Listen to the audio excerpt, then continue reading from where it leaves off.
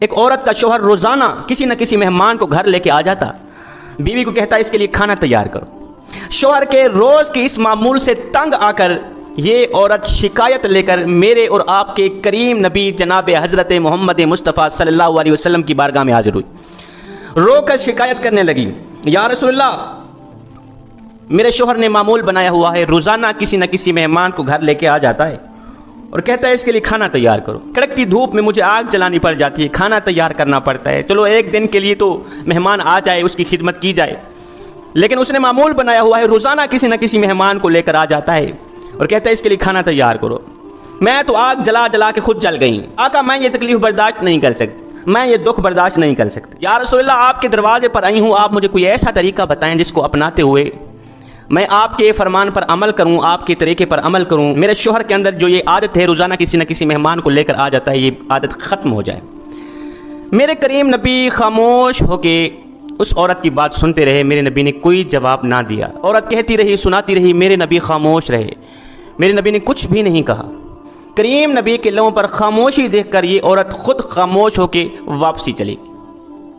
جب گھر میں گئی دوسرے دن میرے کریم نبی نے اس عورت کے شوہر کو بلایا، کہا کہ کل میں آپ کے گھر کا مہمان بننے والا۔ وہ تو خوش ہو گیا، دوڑ کر گیا، اپنی بیوی کو کہا کل اللہ کے نبی ہمارے گھر کے مہمان بننے والے ہیں، کل آپ نے کھانا تیار کرنا ہے۔ وہ عورت بھی سن کر بڑی خوش ہوئی، صبح اٹھتے ہی اس نے تیاریاں شروع کر دی، کھانے بنانے شروع کر دی۔ میرے کریم نبی نے وہاں کیا کھانا تھا، میرے نبی تو وہاں ان کو سبق دینے جا رہے تھے، ان کی آنکھوں سے ان کو کچھ دکھلانے جا رہے تھے۔ خیر دوسرے دن میرے کریم نبی ان کے گھر پہنچے، دسترخوان لگ گیا، کھانے لگ گئے۔ کھانا کھانے سے پہلے میرے نبی نے اس کے شوہر کو کہا کہ جب میں واپسی پر جانے لگوں اپنی بیوی کو کہنا دروازے تک میرے پیچھے پیچھے دیکھتی رہے گی، جب تک میں دروازے سے باہر نہ نکلوں، حویلی کے چار دیواری کے دروازے سے گیٹ سے باہر نہ نکلوں، بیوی کو کہنا کہ میرے پیچھے پیچھے دیکھتی رہے گی۔ اس نے ایسا ہی کیا۔ خیر میرے کریم نبی نے کچھ کھانا تناول فرمایا۔ کھانا کھانے کے بعد میرے کریم نبی دعا کرتے ہوئے اٹھے۔ اب یہ عورت میرے نبی کے فرمان پر عمل کرتے ہوئے اس عورت نے میرے نبی کے پیچھے پیچھے دیکھنا شروع کیا۔ دیکھتے ہی یہ عورت بے ہوش ہو گئی، اس کو ایسا منظر نظر آیا کہ تاب نہ لا سکی، برداشت نہ کر سکی، بے ہوش ہو گئی۔ میرے کریم نبی آگے چلے گئے۔ جب اس عورت کو ہوش آئی تو اس کے شوہر نے پوچھا کہ آخر وجہ کیا تھی، کیا تجھے نظر آیا تھا؟ مجھے تو کچھ بھی نظر نہیں آیا، تجھے کون سی ایسی چیزیں نظر آئی کہ تو دیکھ کر بے ہوش ہو گئی؟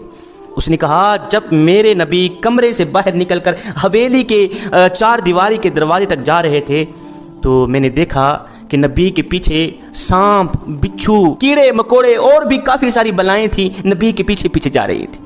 دوسرے دن یہ دونوں میاں بیوی نبی کی خدمت میں حاضر ہوئے۔ اس عورت نے پوچھا آقا آخر وجہ کیا تھی؟ میرے نبی نے فرمایا میں صرف تمہیں دکھلانے کے لیے گیا تھا کہ مہمان جو گھر میں آتا ہے، ایک تو وہ اپنا رزق ساتھ لے کر آتا ہے، وہ تمہارا کچھ بھی نہیں کھا کے جاتا، وہ اپنا رزق ساتھ لے کر آتا ہے۔ دوسری بات یہ ہے کہ جب وہ جاتا ہے تمہاری بلاؤں کو بھی ساتھ لے کے جاتا ہے، تمہارے گناہوں کو بھی ساتھ لے کے جاتا ہے، تمہارے اوپر جو مصیبتیں ہوتی ہیں یا آنے والی ہوتی ہیں ان تمام چیزوں کو ساتھ لے کے جاتا ہے۔ حضرت مولانا جلال الدین رومی رحمۃ اللہ تعالی علیہ یہاں پر فرماتے ہیں اللہ رسول کی رضا کے لیے مخلوق خدا کی خدمت، مخلوق خدا کو مہمانی دینا، ان کی مہمان نوازی کرنا، یہ عمل گناہوں کو اس طرح کھاتا ہے جس طرح آگ لکڑیوں کو کھاتی ہے۔ اس سے بندے کے گناہ جھڑتے ہیں۔ اگر تم چاہتے ہو کہ تمہارے گناہ جھڑ جائیں، ایک گناہ بھی باقی نہ رہے، تو مہمانوں کی خدمت کیا کرو، مہمانوں کی مہمان نوازی کیا کرو، کترایا نہ کرو، اللہ رسول کی رضا کے لیے مخلوق خدا کو مہمانی دیا کرو۔ حضرت سیدنا ابراہیم علیہ السلام جد الانبیاء تھے، آپ کی یہ عادت کریمانہ تھی، اس وقت تک آپ کھانا نہیں کھاتے تھے جب تک کوئی گھر میں مہمان نہیں آتا تھا، جب تک مہمان کو کھانا نہیں کھلاتے خود نہیں کھاتے تھے۔ ایک دن گزرا مہمان نہ آیا، دوسرا دن گزرا مہمان نہ آیا، آپ نے کچھ بھی نہیں کھایا، اس لیے کہ آپ کی عادت تھی جب تک مہمان نہ آتا، مہمان ساتھ میں دسترخوان پہ بیٹھ کے نہ کھاتا، آپ خود نہیں کھایا کرتے تھے۔ ایک دن گزرا مہمان نہ آیا، آپ نے کچھ نہیں کھایا، دوسرا دن گزرا مہمان نہ آیا، آپ نے کچھ نہیں کھایا، جب تیسرا دن گزرا پیٹ روٹی مانگنے لگا، بھوک ستانے لگی۔ اللہ کے نبی حضرت سیدنا ابراہیم علیہ السلام گھر سے باہر نکلے، جاؤں کسی کو لے کر آؤں، اس کو بھی کھلاؤں خود بھی کھاؤں۔ باہر نکلے دیکھا ایک بوڑھا شخص آ رہا تھا، 70-80 سال عمر کا تھا، بھاگ کر گئے، بھوک لگی ہوئی ہے، کھانا کھانا ہے؟ اس نے کہا جی کھانا ہے۔ اس کو لے کر آئے، دسترخوان میں بٹھا دیا، چلو جی شروع کرو۔ اس نے روٹی اٹھائی، کھانے لگا۔ اللہ کے نبی نے فرمایا رکھ دے روٹی، رکھ دے۔ اس نے رکھ دی۔ کیا ہوا؟ تو نے بسم اللہ کیوں نہیں پڑھی؟ اس نے کہا جی میں تو اللہ کو مانتا ہی نہیں، میں تو کافر ہوں، میں تو مسلمان ہوں بھی نہیں، مجھے تو پتہ ہی نہیں بسم اللہ ہوتی کیا ہے، مجھے تو پتہ نہیں اللہ ہے کیا، اللہ کون ہے۔ حضرت سیدنا ابراہیم علیہ السلام کو جلال آ گیا۔ ابراہیم علیہ السلام نے فرمایا پھر اٹھ کے دفع ہو جا، میں تجھے کھانا نہیں کھلاتا، دفع ہو جا، اگر تو اللہ کو نہیں مانتا، بسم اللہ نہیں پڑھتا، دفع ہو جا، میں تجھے کھانا نہیں کھلاتا۔ وہ یہاں سے اٹھ کے چلا گیا۔ ادھر سے یہ مہمان اٹھ کے گیا، ادھر سے حضرت جبریل علیہ السلام حاضر ہوئے۔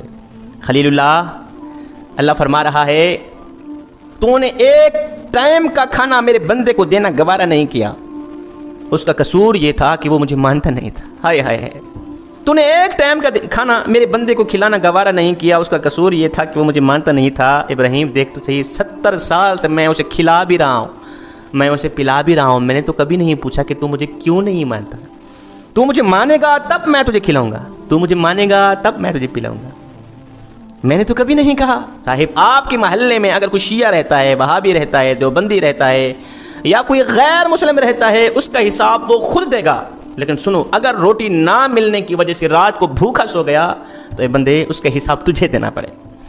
تو فرمایا میرے نبی نے جو مہمان آتا ہے، مہمان کی مہمان نوازی، اس کی خدمت انسان کے گناہوں کو جلا کر راکھ کر دیتی۔ اگر تم چاہتے ہو کہ آنے والی بلائیں جل کر راکھ ہو جائیں، آنے والی آفات و بلیات سے تم محفوظ رہو، تو مہمانوں کی مہمان نوازی اللہ رسول کی رضا کے لیے کھلے دل سے کیا کرو۔